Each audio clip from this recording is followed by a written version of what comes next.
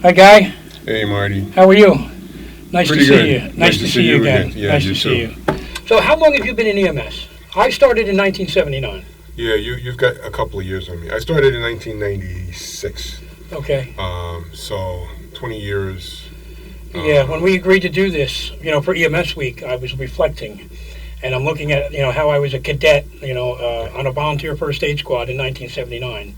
Wow. And all the things that have transpired, not only in my life, but in EMS as we roll forward into 40 years, because it's 2019 now. Yeah. So I technically have 40 years, not altogether in EMS, but 40 years associated with it. It was interesting because I had initially enrolled in an EMT class. I had been a police officer, and I had left that to go into the private sector in security. And at that point, I kind of missed the excitement of the job. The action. And then, so I enrolled in an EMT course, but then my company changed my hours to a rotating shift, so that I lost the money for the course, and I wasn't able to. So some years down the line, I was working for a collection agency. I was helping people get Medicaid for their hospitals. Okay. So I was working out in the field. Right. And I happened to stop at a payphone. Remember those? Right. Yeah. The things we don't find on street corners anymore. Right. So I stopped at a payphone and to use the phone while I was at work, and I looked, and there was a sticker for an EMT class. Okay. And so I took down the information, got into the EMT class, and passed it on my first try, and been doing that. Yeah, when I first started, there actually wasn't any EMTs. We were called 5-point certified people, first aiders. Okay. And it was CPR, advanced first aid, vehicle extrication, emergency childbirth. I mean, those were, and those are some of the things that we had to accomplish before we were allowed to ride the ambulance. Okay. Well, I joined the Volunteer Ambulance Corps. That's where I started too, as a volunteer. Right. And it's interesting because the person who was the president of the Corps when I joined probably came on around the same time you did in New York. Right. By the time I became an EMT, my EMS number for the state was like a six-digit number. Oh my goodness! Yeah. But his number was like 4 numbers. Right. That was the same thing I had. Yeah, but now these people have numbers that they're are numbers that are really long numbers. When I started, they used to use, in my state anyway, across the river in New Jersey, they used your Social Security number. Okay. They don't do that anymore. No. But for obvious reasons. But yeah, that's what they did in the beginning. They were using our social. There was no way we could, when we took our CEUs, our continuing education credits. Right. There was no way to mess it up. You saw the number, that those credits went to that, that Social Security number. Okay. So. Yeah, it was interesting because one of the things that I liked about being in the Volunteer Ambulance Corps is that where we were, I was living in Queens at the time, so we were between several highways. There's a lot of nursing homes in the area. Okay. A lot of action. There was a lot of clubs up on Roosevelt Avenue. Okay. And so I got a variety of different types of calls. Right. So later on, I started working for a private ambulance company, which was Metropolitan at the time, and then it became MetroCare, then it became TransCare, then it became bankrupt. But by the time I started working for a private ambulance company, I had such a wide range of experience. I actually had it up on a lot of the other people. Sure, you had a leg up on a lot of people. Yeah. That was my experience, having started out so young. As I worked my way up and people started coming in, the elders of the squad would say, "Why don't you hang around with this guy? He knows the ropes. He'll show you the ropes, and and that's how things progress in EMS. And you take one step at a time, and you learn something, you teach it to the next person. Exactly. And so on and so forth. And I had some time this morning to reflect on not only the 1979 issue, but all of the progression we have made in EMS since 1979. Right. Medication to the patient. In other words, in the beginning, we weren't allowed to give anything at all. And later on, we were allowed to give prescribed the medication to that person. In other words, if the person had a heart trouble and he had nitro pills on him, we were allowed to administer one of those pills. And then later on came the defibrillators, right? Which everybody was scared to death of in the very beginning. Right, these guys, these are just amateurs. They shouldn't have this equipment and everything else. And then the doctors and paramedics started sticking up for us. And if this is such a time-sensitive issue, the CPR, then you need to give these people and train these people, because they're the first ones there all the time anyway. And it transcended not only to EMS, but into some police officers too. And some police districts now carry defibrillators on their police cars, and you see them in shopping malls, and you see them in roller skating rinks and wherever else. So we've really progressed in that way. That's the one thing about in a good way. Yeah, I think that's the one thing about EMS, though. It is a progressive type thing, and you have to keep up on things. It's not like you can just take the test and you're done. No, it's a continuing, it's a continuing education thing, absolutely. And that's why I appreciate the fact that every 3 years you have to recertify. Right. Because, think about how many doctors are out there who became doctors 40 years ago. And haven't done anything since. And that was one of the things I liked about it, too, that every 3 years you had to take a certain amount for the people in the audience. Right.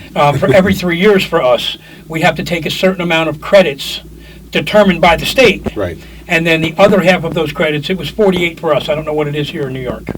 48 in New Jersey. So 24 were dictated by the state. You had to take these 24 credits. And then we got the opportunity to take 24 associated credits, whether it was pre-hospital trauma life support or carpe diem or something along those lines. We were able to further our education in EMS by doing what we wanted to do, not necessarily being restricted to the state level.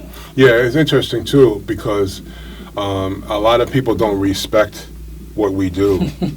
The way we are the forgotten first responders. It's interesting because when I do my 9/11 story, or when I do the gallery guide here at the museum, one of the things I ask my groups is how many people have heard about the EMS casualties of 9/11. Right. And 98% of the they don't know, because they think they're associated with the fire department. Right. When we were young, the first aid squads and the ambulance services were separate.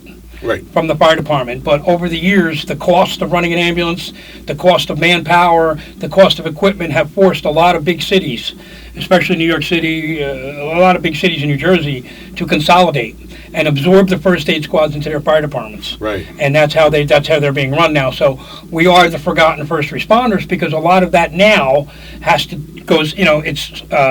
geared around the fire department. Right. So everybody sees the fire department there, the fire department did a great job, and they go away. Exactly. But they forget that we're the guys that picked them up off the ground and took them to a safer place and got them treatment. Well, not only that, even here in New York, even though the fire department has overall oversight over 911 EMS response, it's not just fire department ambulances. That's right. We have hospital-based ambulances. We still have volunteer ambulance corps. Even though the highest concentration of them is in Queens, we still have volunteer ambulance corps. And we have private ambulance companies that are also part of the 911 system. Well, that's good. In addition to that, that takes the load off the fire department. Right. And in addition to that, they're also doing other type of transports that would take away from the fire department. Otherwise, the fire department would be taxed. And that's one of the things that I bring up when I talk about 9/11, is because all four of those entities lost people on 9/11. Oh, absolutely. Oh, yeah. It wasn't just fire department EMS. No, police, fire, EMS. We're all.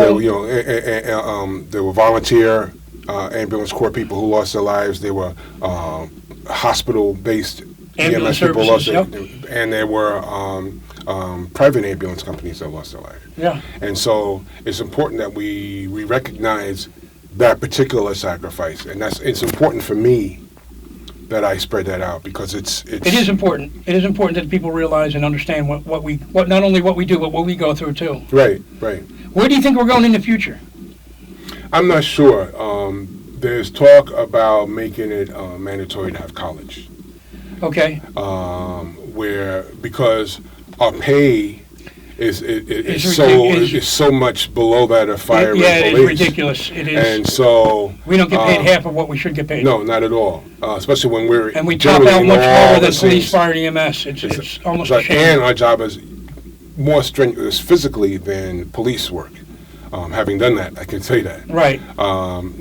Fire department, firefighters is a different thing. Right. It's definitely more strenuous physically and emotionally too. Oh yeah. Don't get me wrong. Police officers see horrible things every day, but they don't necessarily have to follow it to the hospital. Right. And that's where we come in, and that's where we hold your hand from the beginning to the end. Yes, the officer sees you at your worst moment, but so do we, and we pick you up and we care for you and we take you and give you as much compassion as we possibly can. and then get you to a medical facility where you can get treated. And the other thing is that we have to absorb a lot of their emotion that's taking And people place don't realize that. You know, Yeah. because we're expected to maintain our professionalism Absolutely. in a crisis situation. Because if we lose it, then who's in it's all control at chaos. that point, Exactly. right? I mean, you know, I've had calls where I had a 5-year-old in cardiac arrest, and she was just laying on the floor, and people were all standing around her, and nobody knew what to do. Right, You right. know, and especially when it's a call for a child, there's an extra sense of urgency. We end up losing this child, and I know how badly I felt about it. Right. But at that moment, I still had to concern myself Yes, with the you have parents. to. That's right. You have to you have to regain your composure at You some know, point.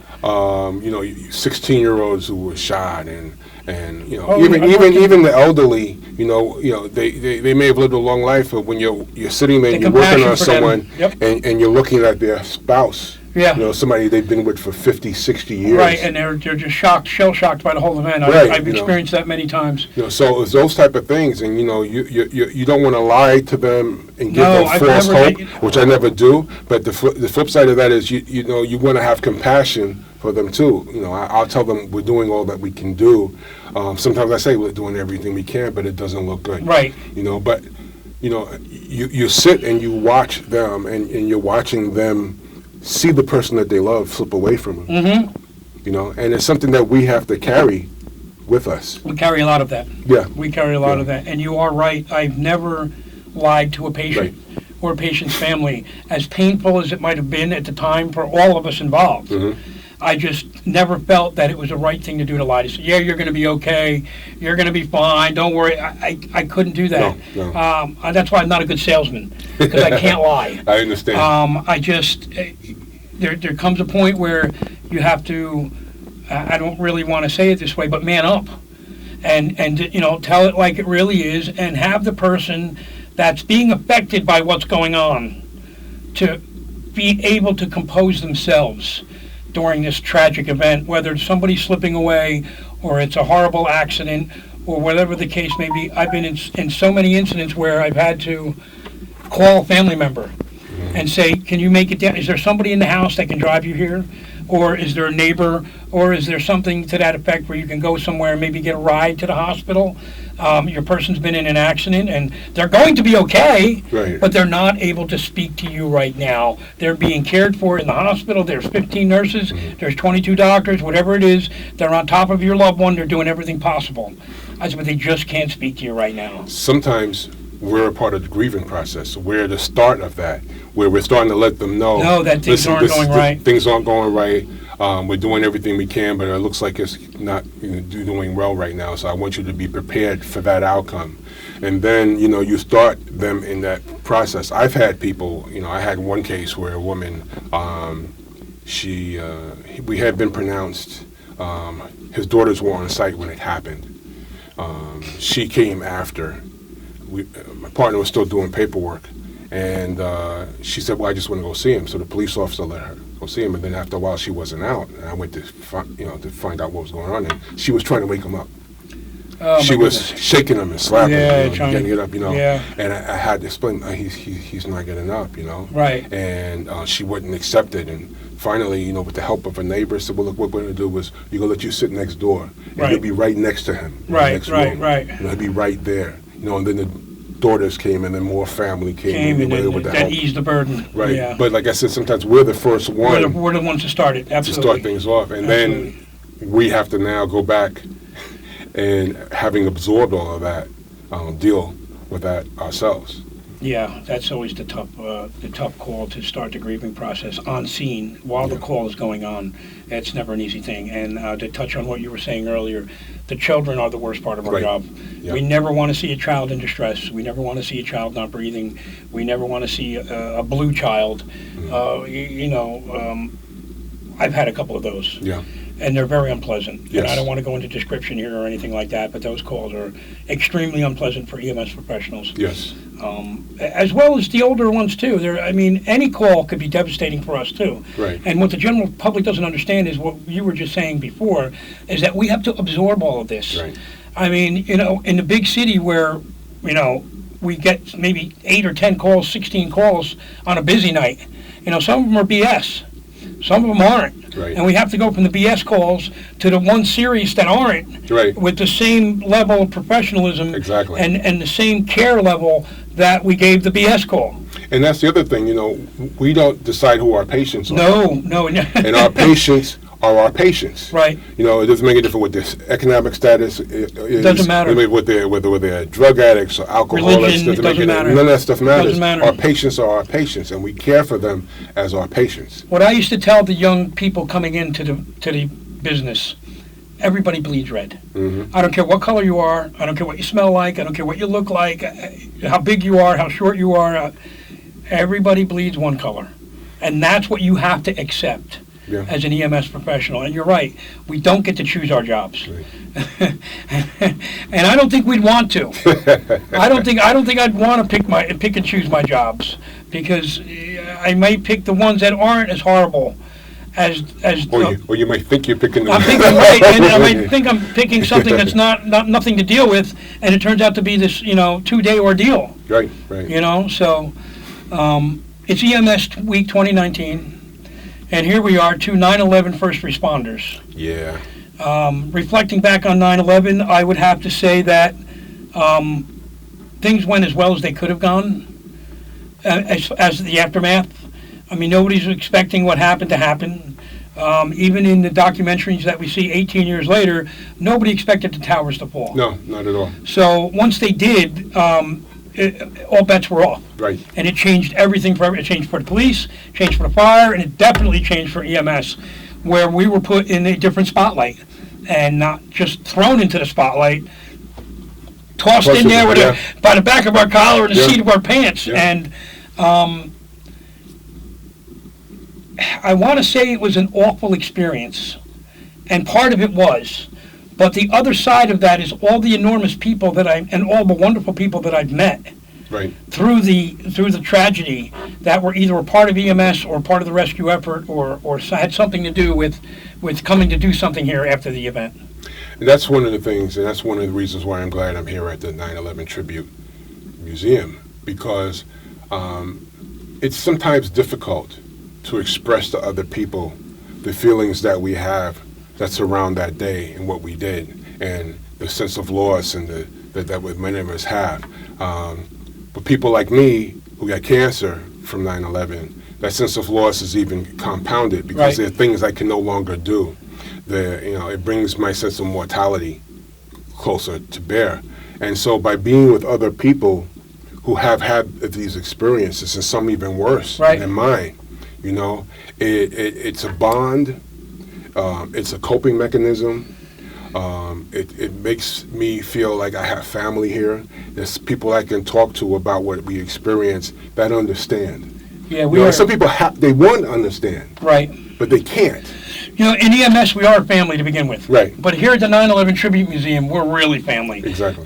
As dysfunctional as they come, but we're a family, and it's great on our end anyway, to be able to reach out to one another if we needed to, but to others as well, Right. that may have gone through even worse situations than you and I did on 9/11, Exactly. and learn how they coped with it and how they dealt with it, and it's a learning tool for us as well. I mean, for me, even growing up as a child, I was taught the dumbest question is the one you don't ask. Exactly. So I've kind of lived my life like that. I've been maybe a pain in the butt a little too much sometimes.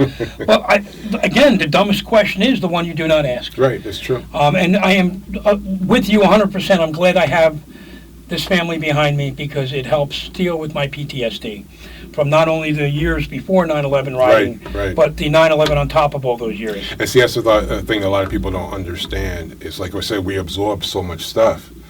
It's not just what happened on that day, which is terrible enough. But there's so many things that we saw before that. That compounded it. It compounded it, Or and one when thing it finally compounded comes the out, other, it is what it is. Yeah, once it comes out, it starts to come out. I mean, That's it. even as far as that day is concerned, I lost a coworker on that day. She was only 24 years old. Ugh. She had an 8-year-old son. She was a single mom. One of the other EMTs that lost his life that day, I was a training officer at my volunteer ambulance corps. He came to my volunteer ambulance corps to be trained, and I was his training officer. Yeah, I knew quite a few people who lost their lives, both first responders and civilians. And it's just, it doesn't, 18 years later, almost 18 years later, it doesn't get any easier. No, not at all. Not for their loss or for me watching them absorb and deal with and grieve their loss. Definitely, and that's one of the reasons why I'm glad there's a 9/11 tribute museum, because I can share not only my story, but I share their stories too. Right. Because it's important to me that the sacrifices that they made are not neglected. No, and people know about it. People Right. need to learn and understand what did take place here on 9/11 and how we moved forward after the event, especially in EMS and in the fire department and in the police department, because the whole world changed. Yeah. 9/11, especially in America, everything changed. Everything, all bets were off. And And we had to come up with a different way to respond to certain things because we didn't know if Exactly. it was terrorism or not, or just a fluke. We didn't know. Did the gas truck, the gasoline truck tanker blow up on it? Did somebody put a bomb on it, or was it just the guy turned over and sparked and that was it? It was over.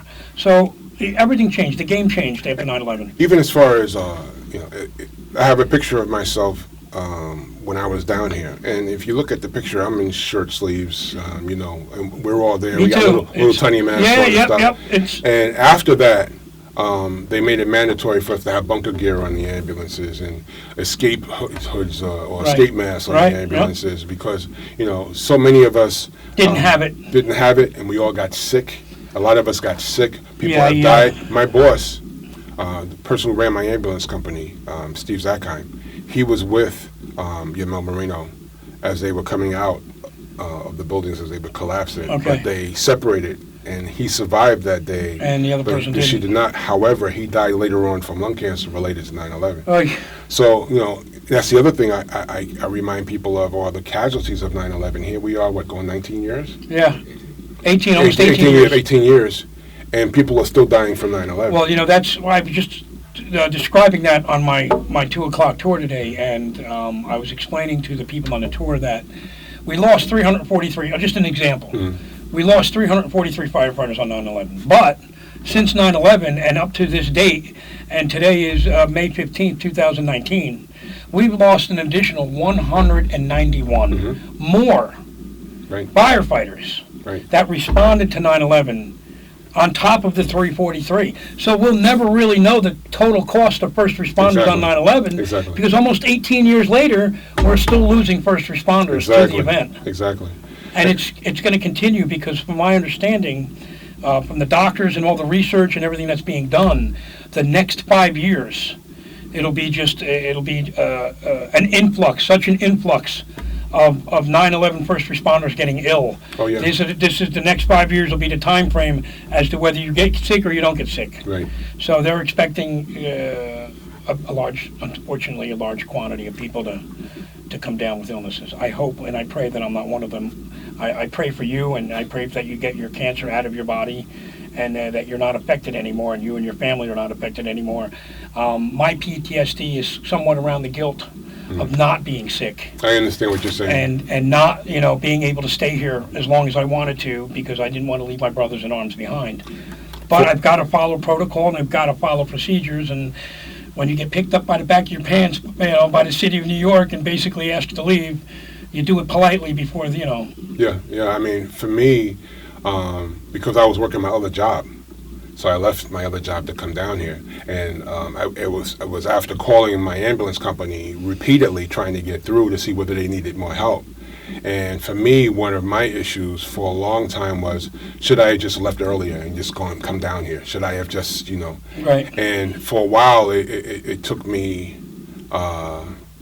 it took some time for me to kind of get over that, because who knows what would have been the outcome had that happened. Right. Who knows if I would have made it down here. I mean, we had some people who were tasked with moving people from the local hospitals to farther away hospitals so there'd be more room for trauma. For the trauma victims, So, right. I don't know. I may have been tasked with that. I don't know. Right. But that saved their lives.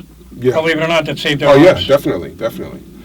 So dealing with it is a little interesting too. I mean, the fact that I have cancer. I remember one of my coworkers had seen me, hadn't seen me in a while. I lost weight, and he was like, "Oh man, Hey, what kind of diet are you on? And I said, cancer. He's like, oh, I'm sorry. It's like, no, it's all right. You can eat anything you want. But Okay, that's good. That's a good one. But you have to be able to deal. You have to have it. With the circumstances. I will say this that you're about in. EMS: we have a strange sense of humor. Yeah. We have to, as professionals, even we have to laugh at death. Yeah. Because it comes far too often. Yes. One of the first things, one of my first instructors sat down with us and basically said, look, here are the first 2 rules of EMS. Number 1, people die. Mm-hmm. It's a fact of life that people are going to die. Number 2 is, no matter how long we train, no matter how good the equipment gets, you're not going to be able to change rule number 1 on some occasions. So you have to live with that. Yeah. And if you can't, then you don't belong here. Exactly. You don't belong here. So, exactly. After 40 years, I'm actually 23 on the line. I can honestly say that EMS has evolved and taken dramatic leaps forward. Back in the day, we weren't even allowed to hold a syringe or an IV, or set up an IV, or even get that ready for the paramedics. Now the paramedics are tossing it to us, saying, "Let's go." I'm going to get the drugs ready to insert to the IV. You get the IV set up so that we can put it, get the patient going here. And there's things like Narcan and other things that. I was going to stay away from that, but because there's so much of it in the world, we don't have enough time here on this podcast to talk about the Narcan and all the ugliness that's going on with that in the world. But we do have the opportunity to say, please stop. Please, kids, please stop it. Because we can't keep up with you. We just can't. And your parents and your loved ones all love you enough. Please just stop, because we can't. We just can't. There's too many people dying because there's not enough of us right. to get out there and put a stop to it. When we first started, remember crack? Yeah. That was the big epidemic. Yeah. Everybody was smoking crack, and God forgive me and God love them, ended up on the side of the street, but they weren't dying. No. They may become penniless, they may have lost their friends and their coworkers and whatnot, but they weren't dying. This stuff is just fentanyl. It's just killing people outright, and it's in everything. It's in the heroin. It's in the cocaine. It's in everything, and people don't realize that. Oh yeah, we're just gonna have a good time, and they end up in the morgue. And this is why it's important for us, and for parents, and for us also to educate our children, because sometimes things seem like they're fun. They seem like something that you want to experiment with, but all you need is one time, and you're done. And you're done, and you're hooked. But speaking of talking to children, that's one of the things I enjoy doing here. And sometimes we don't understand the impact that we have. I'll give you an example. I was doing a 9/11 story, and it was right around the time that we had the hurricanes coming through Puerto Rico and the Virgin Islands, and I had responded to Hurricane Katrina, and I had mentioned during my presentation that I felt a little bad, because normally I would have been one of those people who had going down there to help out, and I can't do that anymore. Right.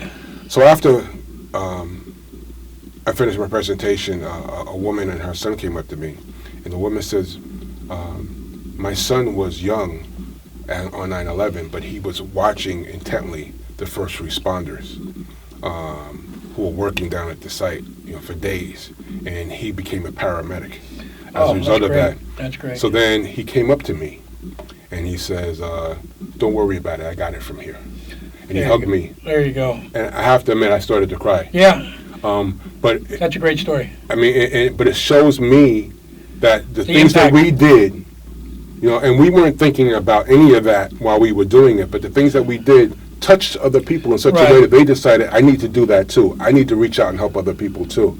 And that's an important thing to me. Absolutely. It's nice to know you're appreciated. Yes. It's very nice. Let's send this out. Let's end this podcast on a high note, okay? My name is Martin Nystrom, and your name is Guy Sanders. Yes. And when you're in EMS, you get nicknames. And I'll go first, because when I started in the Ironbound section of Newark, I worked with a predominantly Portuguese crew. Okay. And they had trouble pronouncing Nystrom. Okay. to the point where it almost got annoying. You know, because we call each other by our last names until we get familiar with each other, or until we see a quirk with each other and it sticks. And so we had an incident, and we were trying to hash it out between the crew, and one of the guys kept yelling "Nitro, Nitro, Nitro," and I turned around and I said, "It's not Nitro, it's Nitro," and it just slipped out. And I meant to say Nystrom, but Nitro slipped out. And they looked at it, and they looked at my last name and said, "That sticks. You're in." They took the NYTRO, and now my name is Nitro. With me, okay, what happens is, my last name is Sanders, with an S-A-N, not Okay. S-A-U-N. Right, okay? right. So when I used to pick up the ambulance, I was in the sports entertainment division, so I had to pick up the ambulance and go to whatever our site Okay, was and meet go the to rest the of the event. crew. Okay. Right, and then meet the rest of the crew there. Okay. So, we're logging on. I get on the radio. Who's on the bus? And I say Sanders. And they say who? And I say Sanders. S-A-N-D-E-R-S, like the colonel. Okay? That's it. It stuck. So then after a while, it was like they recognize my voice, and they go, "Oh, this the colonel?" And I'm like, "Yeah, it's the colonel." That's great. So It's been great spending all this time with you on EMS Week 2019. I hope Same everybody here. in the audience enjoys the podcast, and we thank the 9/11 Tribute Museum for having us here today. Thanks, folks.